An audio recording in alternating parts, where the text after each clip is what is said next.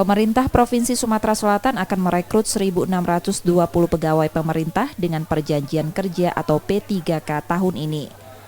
Rincian usulan terdiri dari formasi guru 1.000 orang, kesehatan 355 orang, dan teknis sebanyak 265 orang.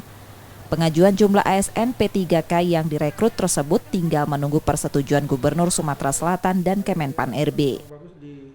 Memang ada permintaan dari Menpan RI agar mengusulkan formasi. Jadi bukan hanya terbatas guru, ada juga tenaga kesehatan. Ini ada rinciannya sebanyak 355 orang.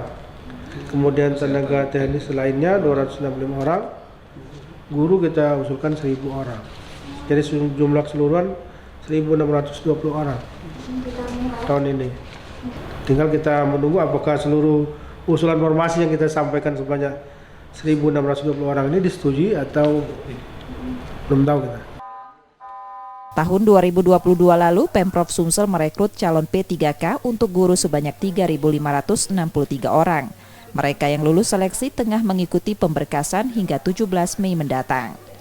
Banyaknya calon P3K yang lulus, BKD Sumsel membagi jadwal pemberkasan dengan maksimal 700 hingga 800 orang sehari. Pada tahap ini, calon P3K menyerahkan berkas administrasi mereka seperti surat lamaran, daftar riwayat hidup, SKCK, serta surat kesehatan dan bebas narkoba. Umumnya merupakan guru honorer yang telah mengabdi hingga belasan tahun. Ini lagi menunggu antrian Pak, pengiriman pemberkasan untuk P3K guru. Ini sebelumnya honor ya? Ya, sudah honor nih Pak. Berapa tahun itu? Sudah 13 tahun.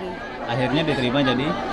ASN P3K, alhamdulillah. Untuk kontrak berapa lama? Kalau P3K itu katanya 5 tahun Pak, diperpanjang. Penempatan di mana nanti? Penempatan kami dari SMA Negeri 1 Rambang Dangku, Muara Enim. Sesuai harapan gitu? Iya, karena saya dapat hidup, alhamdulillah Pak. Setelah pemberkasan, calon P3K akan dilakukan pengajuan nomor induk pegawai ke BKN. Tahap ini akan selesai Oktober mendatang. Rizky Nurmizan, Kompas TV, Palembang, Sumatera Selatan.